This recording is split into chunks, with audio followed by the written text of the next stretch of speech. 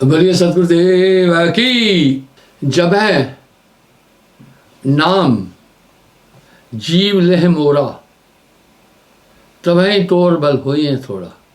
बड़ा कौतुक है धर्मशास्त्रों की कुछ घटनाओं को, चाहे वो किसी भी धर्म के धर्मशास्त्र हैं, उसका अध्ययन करने से पता चलता है कुछ अजीब चीजें भी घटित हुई है, अविश्वसनीय है, जिन पर जल्दी से भरोसा करना बड़ा मुश्किल होता है, पर वो नित्य थी। अब साहब यहां करें, सत्य नाम है सार, बूझो संत विवेक कर, उतरो भवजल पार, सदगुरु का उपदेश ही।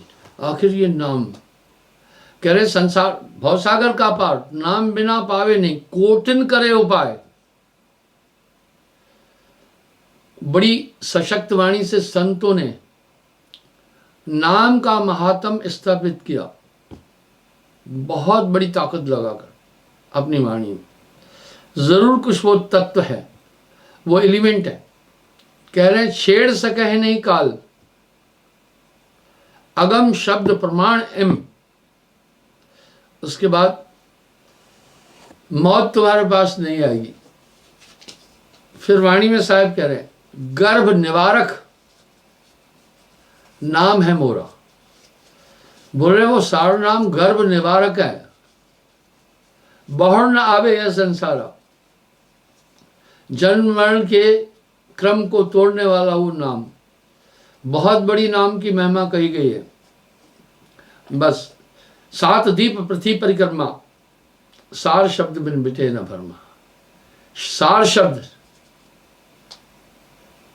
अच्छा ऐसी क्या ताकत है वो?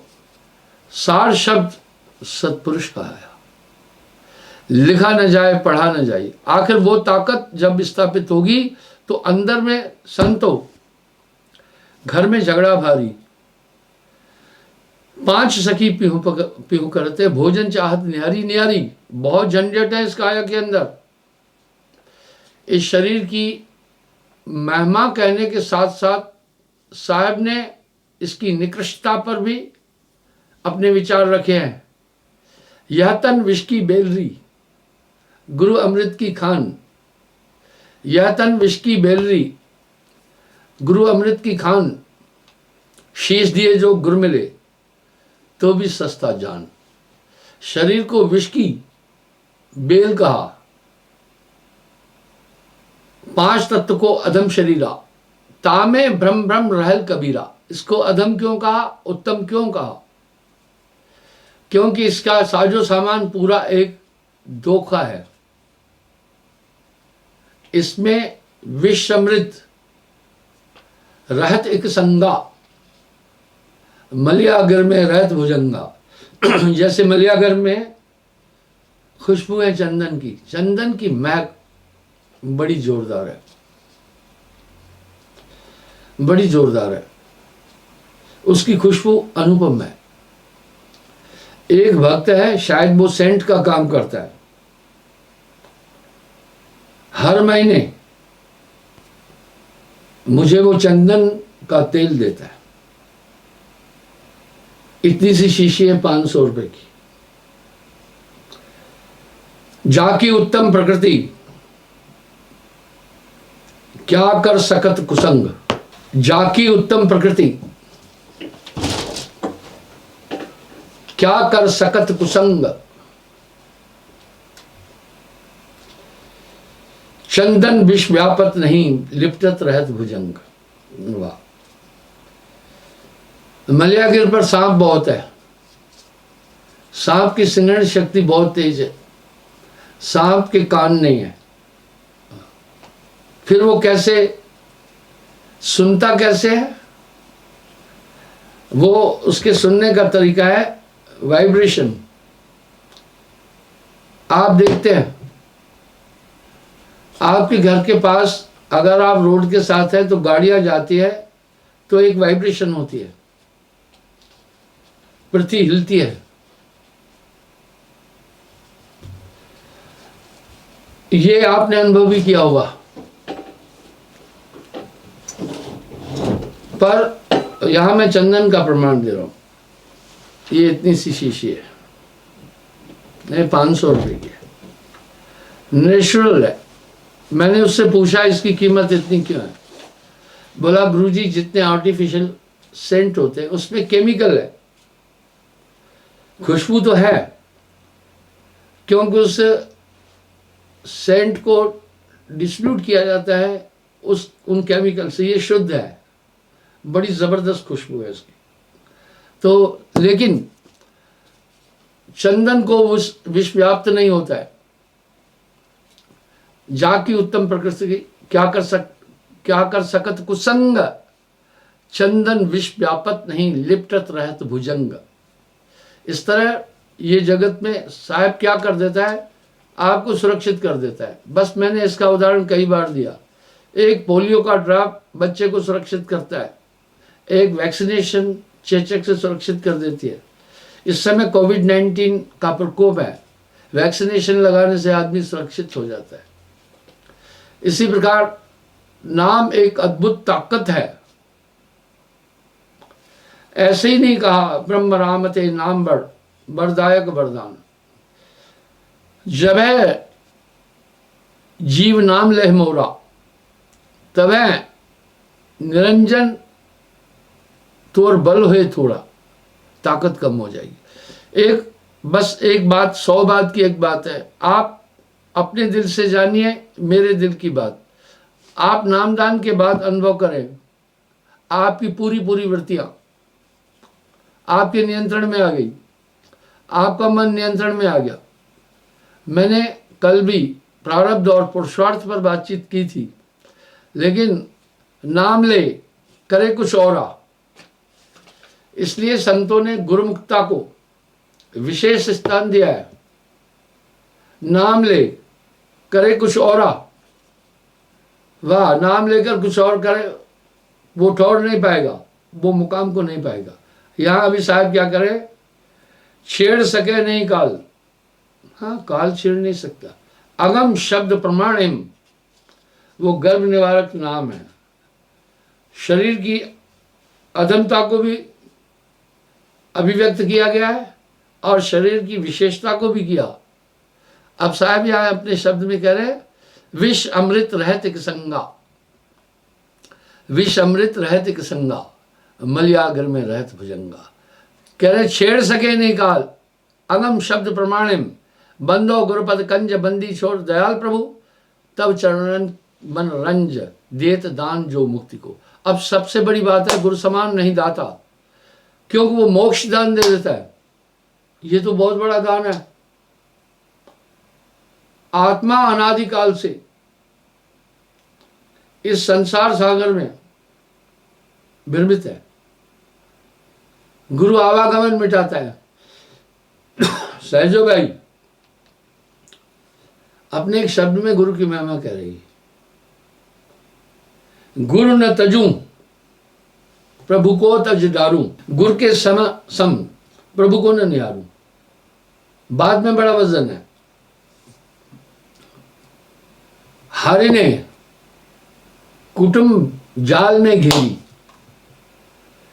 गुरु ने काटी ममता बेड़ी। इसका मतलब है गुरु ममता बेड़ी काटता है, कोई कैंची से नहीं काटता है। वो शब्द हमेशा आपकी सुरक्षा करता रहेगा, वो शब्द आपको दिशा देता रहेगा। उदाहरण के लिए, रोक सके नहीं काल, काल नहीं रोकता। आपके पास प्रॉपर टिकट है तो टीटी नहीं रोक सकता है। इस तरह साहब कह रहे हैं, धर्मराय दरबार में कबीर दीन तिलाक, भूले चूके जीव की मत रोको कई बाट। पर आपने भूल करना नहीं है, क्योंकि आंख वाले का पैर अगर किसी कुठाओं पर पड़ता है तो हर आदमी पहला एक ही बात कहेगा, एक ही सवाल उठाएगा, देखकर क्यों नहीं चले। लेकिन अगर अंधे का पांव कहीं कुठाओं पड़ गया तो कोई नहीं बोलता है देखकर क्यों नहीं चले, उसके पास आंख नहीं है। नामदान के साथ गुरु एक दिव्य चक्षु देता है। वो दिव्य चक्षु क्या है? उसकी प्राप्ति के बाद कर्म अकर्म, पाप पुण्य, उचित अनुचित, मन इंद्रियां और जो अंदर घमासान मचा हुआ है उसका निराकरण हो जाता है। सब कुछ समझ में आने लगता है, उचित क्या है, अनुचित क्या है, कृत क्या है, अकृत क्या है। इसलिए नाम की महिमा कितनी बड़ी कही, ब्रह्म रामते नाम बरदायक वरदान। अभी यहाँ साहब कह रहे देत दान गुरु मुक्ति फल। हाँ, सबसे बड़ा दान क्या दिया? मुक्ति फल दिया। जन्म मरण को दुख अति भारी, वो कैसे दे रहा है? उस नाम से। 7 दीप पृथ्वी परिक्रमा, सार शब्द में मिटे न भरमा। चाहे कितना भी अध्ययन कर ले, कितना भी पढ़ लिख ले, कितना भी विद्वान हो, हृदय कभी, मन कभी कंट्रोल आ ही नहीं सकता है। नाम होए तो माथ नवाए, ना ये मन बांध नचाए। ये पूरी दुनिया को नचा रहा है। आपका संसार के प्रति का अट्रैक्शन भी खत्म होता जाएगा। अब यहां साहब कह रहे हैं क्या मुक्ति भेद में कहो विचारी, जाको नहीं जाने संसारी। बोल रहे हैं मैं मुक्ति का भेद कह रहा हूं जिससे दुनिया के लोग नहीं जानते। बहु आनंद होते थे ठाऊ। आनंद कहां से आया? आनंद आहूत नहीं करना है, आनंद है ही। आत्मा आनंदमय है। ईश्वर को आनंद कंद कहते हैं, आनंदमय कहते हैं, ज्ञान का सागर कहते हैं। आत्मा उसी की एक किरण है। जो सूर्य की नेचर है वही उसकी किरण की भी तो नेचर है। विद्वान कहते हैं जो फल में गुण है, फल में तत्व है, वो पत्तों में भी होता है। इसलिए जीव जंतु उस तत्व को पत्तों से प्राप्त करते हैं। और जो पत्तों में है वो टहनी और शाखाओं में भी है गुण। जो इसलिए हाथी वगैरह बड़ी बड़ी टहनियाँ और शाखाएं खा जाते हैं, ऊंट वगैरह। जो शाखाओं में गुण है वो तने में भी है, जो तने में वो जड़ में भी है। इस तरह नाम, अद्भुत नाम सदा रखवाला, ये शब्द सिर्फ वाचक शब्द नहीं है। वो नाम आपकी हमेशा सुरक्षा करता चलेगा। मुझसे भी किसी व्यक्ति ने कहा जो हमें अपने अंदर मार्गदर्शन करने वाली ताकत है वो कौन है? हाँ, ये आइडेंटिफाई करना भी बड़ा मुश्किल है। पाप पुण्य उचित अनुचित में मन उलझाता है। अब आइए, आपके साथ में नाम के बाद विवेक भी उत्पन्न होता है। मैंने आपको ध्यान होगा मन के परिवार पर भी बातचीत की थी कि मन के परिवार के अंदर कितने लोग हैं। इसको गोस्वामी जी भी कह रहे हैं, प्रबल अविद्या का परिवारा, प्रबल अविद्या का परिवारा, खल कामादिक मोह अपारा।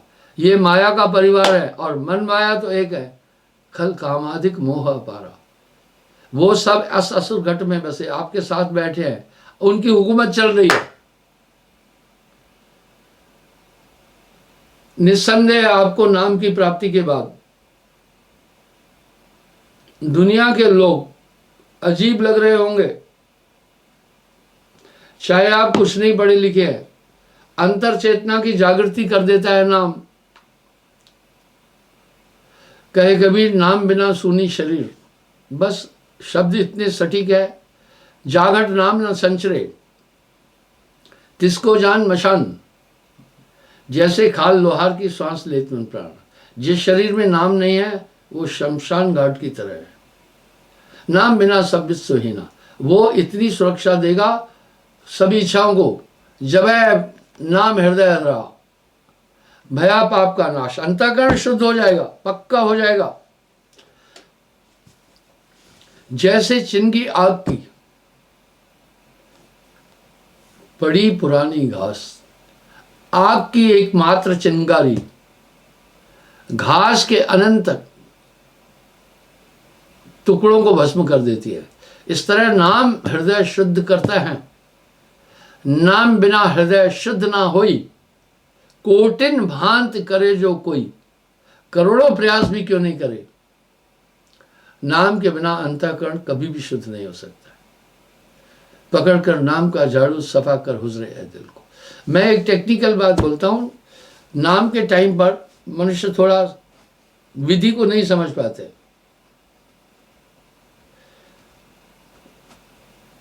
यहां आप साहब कह रहे श्वास सुरत एक डोरी लाए। जब आप नाम कर रहे हैं उस समय पूरा आपका कंसंट्रेशन श्वास सुरत एक होनी चाहिए। फिर आप देखिएगा, तब देखो गुलजारा है। पर अगर बात यूं हुई, मुझसे एक आदमी ने आकर कहा, गुरुजी मुझसे माला में नाम जपा जाता है, श्वास में नहीं। नदी की एक आदत है, जहां से पानी बहता है वो अपनी धार नहीं छोड़ता है। अगर किसी कारण से अवरोध भी पैदा करो ना, दोबारा वहां से पानी आएगा कभी ना कभी, वो अपनी जगह नहीं छोड़ता है। इस तरह तुमने हमेशा माला से ही पहले नाम जपा है, तुमने हमेशा माला से नाम जपा है, मन ये वृत्ति नहीं छोड़ रहा है। पर माला से नाम जपने से आप कंसंट्रेट नहीं हो सकते हैं। अब यहां साहब बड़ा सुंदर प्रमाण दे रहे हैं, माला मोह से लड़ पड़ी। माला मोह से लड़ पड़ी, क्या फेरत है मोह, मनमाला के फेरते प्रभु मलेंगे तो। अब मनमाला को फेरने का क्या मतलब है, जो आपकी वृत्तियां दुनिया में घूम रही है उसको बाहर। अब श्वास सुरत की डोरी लाए, अजर अमर लोक सदाए। इंसान के जिस्म में 3.5 करोड़ रोम है। श्वासा हमारे पूरे शरीर को चेतन करती है। मैंने गोरखनाथ और कबीर साहब की गोष्ठी में एक बात साफ साफ कही थी। गोरखनाथ जी ने कबीर साहब से एक प्रश्न किया था, कबीर काया मध्य सार क्या, इस काया में सार क्या है। सार किसको कहते हैं, जैसे दूध में सार मूल घी है, तिलों में सार तेल है, फूलों में सार खुशबू है। बोला जल में सार शीतलता है। बोला काया मध्य सार क्या, इस काया में सबसे सार और खास चीज क्या है। साहब ने उत्तर दिया, काया मध्य श्वासा सार, श्वासा सार है। गोरख जी ने फिर पूछा, कहां से श्वासा उठत है, कहां से श्वासा उठता है, कहां पर जाए समाए। अब साहब क्या बोल रहे हैं, भाई जैसे गंगा जी कहां से उठी कहां समाती है, सीधी बात है। गंगा जी गंगोत्री से चलती है, पूरा रास्ता तय करके बंगाल की खाड़ी गंगा सागर में जाकर समुद्र में लय होती है, समुद्र में जाकर लय होती है। इस तरह गोरख जी पूछते हैं, कहां से श्वासा उठता है, कहां पर जाए समाए। शून्य से श्वासा उठता है। अब देखिए, आपको मैंने पहले भी तत्वों का स्थान बोला था, मैंने इसका प्रमाण ब्लैक होल से भी लिया था। शून्य में बहुत बड़ी ऊर्जा है। मैं अभी अपनी बातचीत बोल रहा हूं, पूरे वर्ल्ड में लोग मेरा सत्संग सुन रहे हैं। आखिर ये किसके माध्यम से हुआ, शून्य के माध्यम से हुआ। देखा शून्य में कितना पावर है।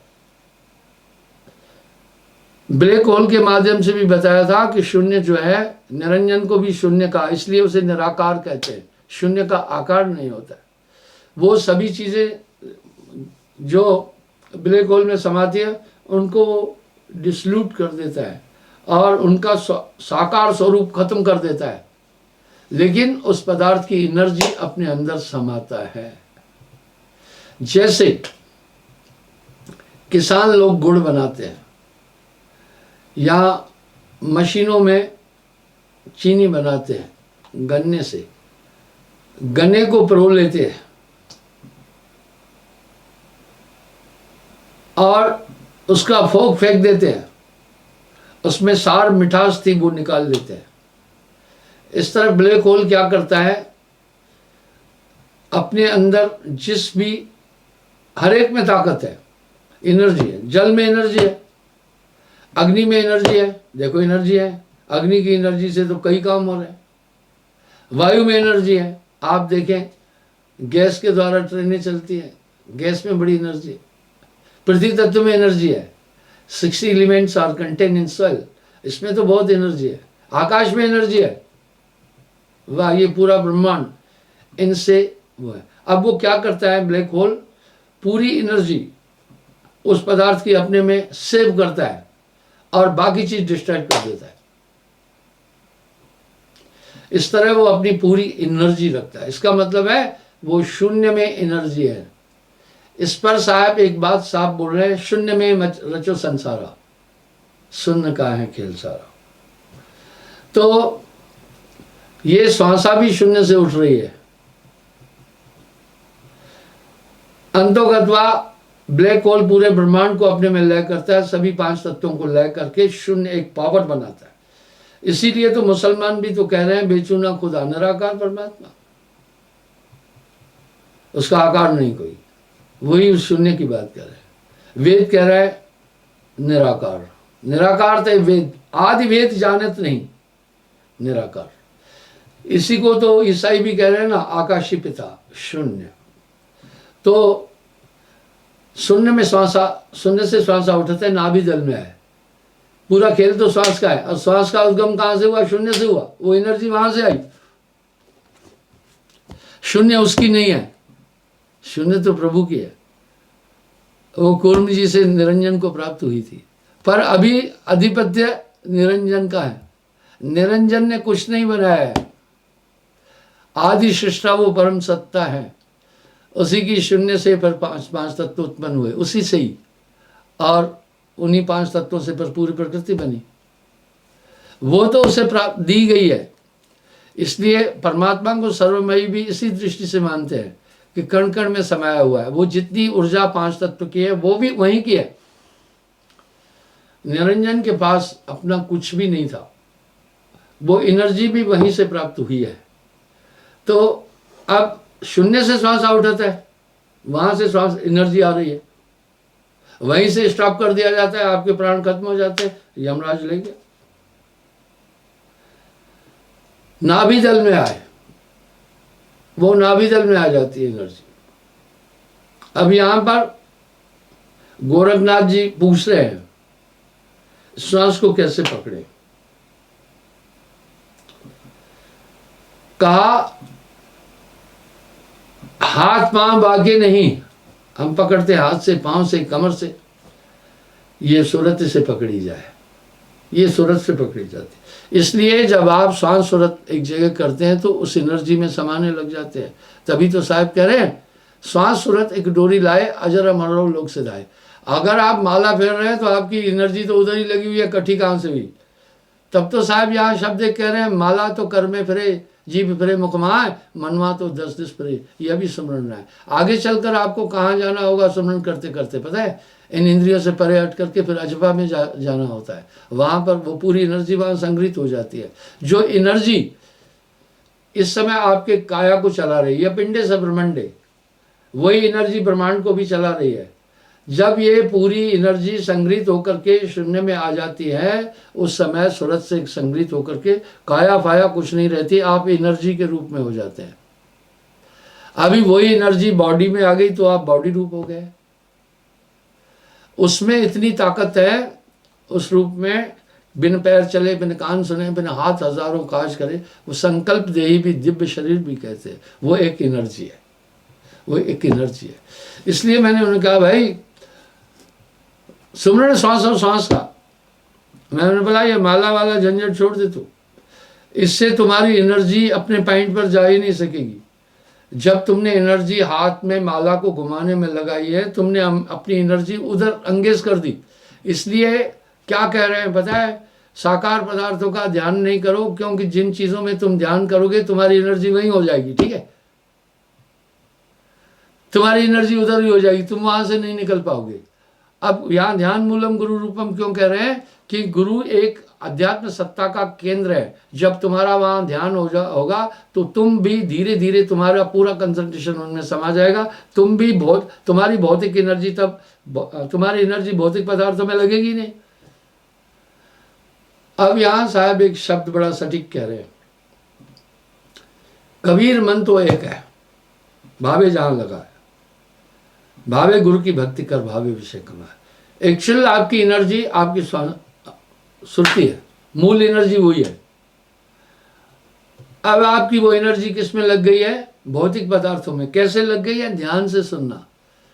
आज्ञा चक्र में आत्मदेव बैठकर श्वास का प्रक्रिया कर रहा है, इसलिए आपकी एनर्जी भौतिक में लग गई। आप भौतिकवादी हो गए। जैसे आप जल में गए तो आप जल का स्पंदन आपको चारों तरफ से मिलता है। जब आप अग्नि के पास जाते हैं तो उसका स्पंदन आपको मिलता है। इसलिए जब आपकी एनर्जी भौतिक पदार्थों में घूमेगी तो आप भौतिक पदार्थ हो जाएंगे। इसलिए श्वास सुरत एक डोरी लाए, श्वास सुरत एक डोरी लाए, अजर अमर होए लोक सिधावे। जब ये पूरी एनर्जी इन पदार्थों से निकल जाती है, 9 नाड़ियों से निकलकर सुषुम्ना में प्रविष्ट होती है और वहां से भी शून्य स्थित होती है। अब यहाँ साहब क्या कह रहे? शून्य स्थित हुई। साहब यहाँ कह रहे शून्य शिखर चढ़ बीन बजाए खुली द्वार सदकर की। मैंने इसका उल्लेख कई बार किया है। आप जब नींद में जाते हैं आपको एक बॉडी मिल जाती है, वो अजब चीज़ है। आप सुसुप्ति में जाते हैं आपको एक बॉडी मिल जाती है। आप इस चेतनता में आ गए आपको एक बॉडी मिल आई। आपकी मेन एनर्जी आपकी है सुरती, अभी वो भौतिक पदार्थों में फंसी हुई है। वाह साहब कितना साफ कह रहे हैं। सुरत फंसी संसार में, ताते पड़ गए दूर, सुरत बांध स्थिर करो, आठों पहर हुजूर। जब मैं कुछ ऐसी बातें बोलता हूँ कुछ लोग भ्रमित हो जाते हैं। मेरे लिए एक समस्या है। मैं जब प्रवचन करता हूँ तो मेरे लिए समस्या क्या आती है? कुछ नए लोग आते हैं, कुछ पहले के हैं, कुछ उसमें अच्छे साधक भी है। मेरे लिए ये इतना टफ होता है, जैसे एक अध्यापक को कहो उसकी क्लास में पहली कक्षा से लेकर पीएचडी तक के लोग हो तो उसे पढ़ाना मुश्किल हो जाएगा ना। इसलिए सम्यक प्रवचन मुझे करना पड़ता है, काफ़ी डिफिकल्ट होता है। तो बंधुओं, इस तरह से आपकी आत्मशक्ति कहाँ लग गई? श्वास में। यहां वेद ने भी एक सुंदर श्लोक कहा, प्राणेन धरेत जीवेशु। जब ये आत्मा प्राणों का संसर्ग करती है, प्राणों में रह जाती है, तो इसको जीव कहते हैं। ठीक वैसे ही प्राणेन धरेत जीवेशु, और आत्मा का वास आज्ञा चक्र में है। आप एकांत में बैठकर देखना कि जब आप श्वास लेते हैं तो यहाँ एक एनर्जी है, वो यूं करने की ताकत दे रही है और छोड़ने की भी ताकत दे रही है। ये क्रम ऑटोमेटिक खुद नहीं चल रहा है, ये आत्मदेव चला रहा है। इसलिए साहब ने एक बात कही कि काया में अगर सार है तो श्वास है, और श्वास लेने की प्रक्रिया आपकी आत्मा कर रही है, अदरवाइज वो नहीं आ सकती है। अब मौत कैसे होती है? वहाँ शून्य से ही ऊपर से ही खींचा जाता है। इसलिए भरे पूरे परिवार के अंदर आपकी आत्मा को यमदूत ले जाते, किसी को पता ही नहीं चलता है। अगर किसी को पता चले मरने वाले को तो दुनिया में बखेड़ा हो जाएगा। विधान ऐसे बनाया हुआ है जैसे किसी अपराधी को पुलिस पकड़ने जब जाती है तो बीवी बच्चे घर द्वार वाले सब रोदन मचाकर एक व्याधान पैदा करते हैं। इसी तरह विधान ऐसा है कि भरे पूरे परिवार में वहीं से डिस्कनेक्ट किया जाता है श्वास को। अब श्वास को डिस्कनेक्ट कैसे करते हैं? श्वास मृत्यु के समय श्वास ऊर्ध्वमुखी चल जाती है। यमराज आत्मा को नहीं पकड़ता है, यमराज श्वास को पकड़ता है। आत्मा पकड़ में नहीं आ सकती, और आत्मा श्वासों से प्रेम करती है। अगर आपका कोई गला दबाने आए तो आप छटपटाते, आप कहते बस गला छोड़ो, मैं श्वास लेना है। क्योंकि आत्मा ने श्वासों को धारण करने के कारण ही अपने को शरीर माना है। जब श्वासा अवरुद्ध होने लगती है, जब श्वासा अवरुद्ध हो गई तो बॉडी की ताकत नहीं रहती है। फिर जैसे लाइट चली गई तो भाई बिजली भी बंद, जितने भी और चीज़ें क्रियान्वित हो रही थी सब ठप हो जाती है, मशीनें ठप हो जाती है। इस प्रकार से वो श्वास को खींच लेते हैं ऊपर। बड़ी अच्छी बात है। यहाँ महात्माओं ने, सिद्ध साधकों ने कहा कि मृत्यु के समय यमदूत प्राणों को ले जाते हैं। वाह वाह, यहाँ प्राणा वायु है, यानी वो वायु को, प्राणों को लेके चले जाते हैं। इसलिए साहब तो यहाँ ये कह रहे हैं ना, बड़ा सुंदर शब्द कह रहे हैं, मरते मरते जगमुआ मरण न जाना कोई। अरे क्या मरण न जाने? मरते मरते जगमुआ मरण न जाना कोई, ऐसी मरनी ना मरा जो बहुर न मरना हो। ऐसी कैसी मरनी है? वो अपने को श्वासाओं से खुद अलग कर लेता है, सीख जाता है ना, फिर यम पकड़ नहीं पाएगा, वो हमला ही श्वास पर करता है। अब यहां साहब क्या बोल रहे हैं, बड़ा प्यारा बोल रहे हैं, धीमर जाल डाल का करी है। धीमर कहते हैं मछली पकड़ने वाला, मछुआरा। धीमर जाल डाल का करे हैं। धीमर जाल डाल करके क्या करेगा? जब मीने हो गया पानी, जब मछली को पानी होने की कला आ जाती है तो धीमर उस मछली को कभी नहीं पकड़ सकता है। वाह, जिसको श्वासा से निकलने का कला आ गई उसको काल नहीं पकड़ सकता है। तभी तो साहब कह रहे हैं, मरते मरते जगमुआ मरण न जाना कोई, ऐसी मरनी ना मरा जो बहुर न मरना हो। आप चिंता मत करो, आगे वो शक्तियां आपको गाइड करेगी। बच्चा जब मां के पेट से आता है तो एक एनर्जी लेकर आया है। आत्मा जब प्रभु के पास से आई है, एक एनर्जी लेकर आई है, उसका अंश है। बस बच्चे को उपक्रम करना है, आगे गाइड मां करती जाएगी। चलना को बच्चे को अपनी टांगों से, कल भी मैंने इस विषय को उठाया था कि गुरु शिष्य और ईश्वर मिलकीना भक्ति विवेक तीनों तिरधारा बनी आगे गंगा एक। इस तरह जब सुषुम्ना खुलती है नेचुरल, वो खुद ब खुद खुल जाएगी। बच्चे को भोजन चबाना मां नहीं सिखाई, खुद चबाता है, क्योंकि नेचुरल उसको ऐसा दांत और मुंह दिए गए हैं। छोटा बच्चा भी देखो बिना चबाए भोजन नहीं निकलता है। वाह, क्या टेक्नोलॉजी है। इस तरह आत्मा अत्यंत जागरूक चीज है। आत्मा अचेतन नहीं है, आपके पास एनर्जी है, बस वो एनर्जी आपने दुनिया में लगाई है। सूरत फंसी संसार में, तासे पड़ गए हो दूर, सूरत बांध स्थिर करो, आठों पैर हुजूर कबीरा, आठों पैर हुजूर। ये स्वयं में ही सुषुम्ना खुलेगी, उसकी चिंता करने की जरूरत नहीं है।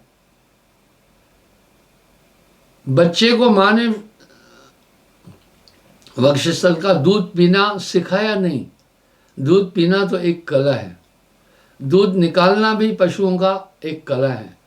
बालक जब दूध पीता है, मां के स्तन से दुग्धपान करता है, निप्पल को मुंह में डालता है और जिह्वा को उल्टा करके ऊपर तालू के साथ करता है और नीचे जिह्वा से ताकत लगाता है, तब दूध बाहर आता है। मां ने ये नहीं सिखाया, ये मां ने नहीं सिखाया, वो स्वतः ऐसा किया। क्यों? क्योंकि दुग्धपान का एक प्राकृतिक तरीका यही है। इस तरह आप घबराओ नहीं ना, आपके साथ नाम के बाद एक ताकत भी है और आप ईश्वर के पास से एक बड़ी सत्ता लेकर आए। आप साधारण नहीं हैं और ये प्रक्रिया स्वतः होती जाएगी। तभी तो साहब एक बात कह रहे हैं ना,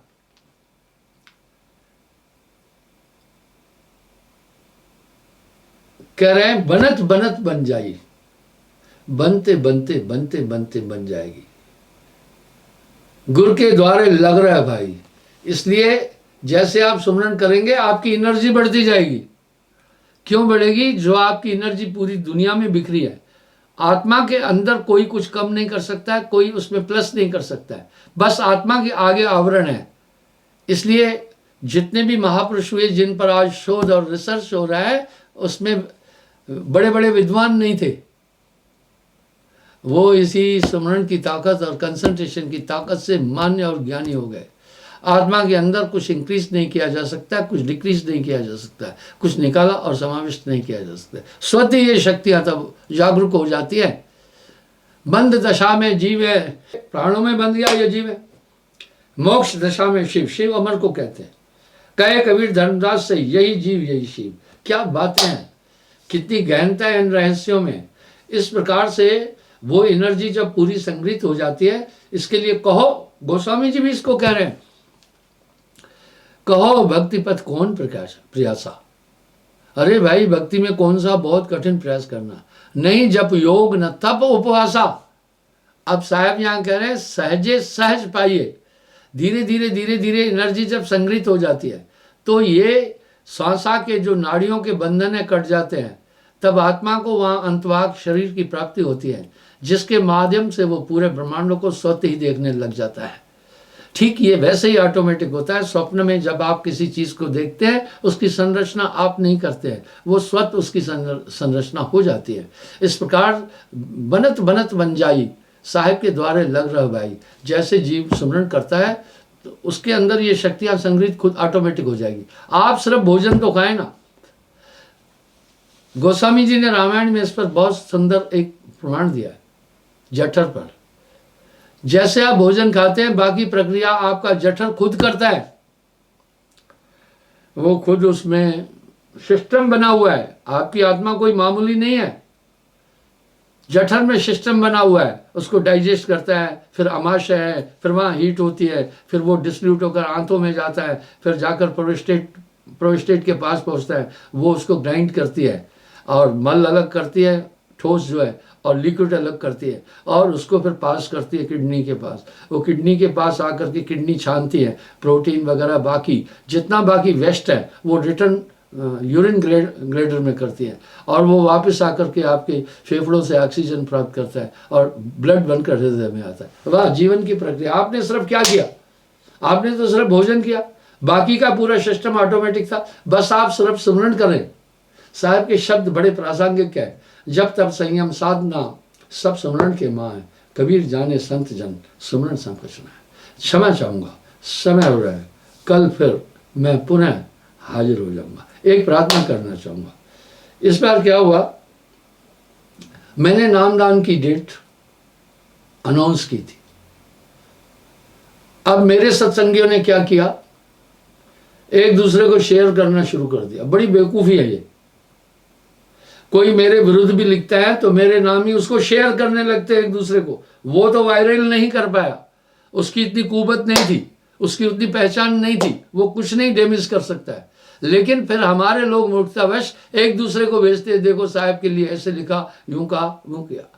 तो जब मैंने आपको लाइव प्रोग्राम में तिथि बता दी, जब तिथि बता दी तो आप उसको लाइव क्यों कर रहे हैं?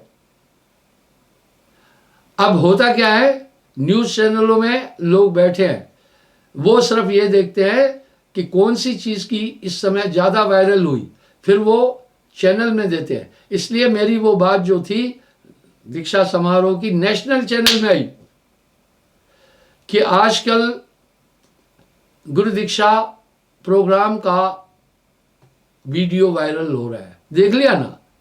इसी तरह कोई मेरा विरोधी क्षेत्रान्वेदी मेरे लिए कुछ कह देता है, मेरे सत्संगी क्या करते हैं, एक दूसरे को शेयर करने लगते हैं, देखो गुरुजी के लिए ये कहा। उसने तो थोड़ा कार्य किया, बाकी पूरा काम तो आपने ही किया ना, वो कुछ नहीं कर सका था, उसकी पहचान ही नहीं है कुछ। और धीरे धीरे जब सब वो वायरल हो जाता है तो न्यूज़ चैनलों को मिलता है कि आज की डेट में ये चीज़ ज़्यादा वायरल हो रही है। कृपा करके जो ऐसी चीज़ें वायरल मत करो, उसको अनदेखा करो, अनसुना करो, एक दूसरे को शेयर मत करो। मुझे उम्मीद है आप मेरी इस बात पर थोड़ा गौर करेंगे साहिबन के।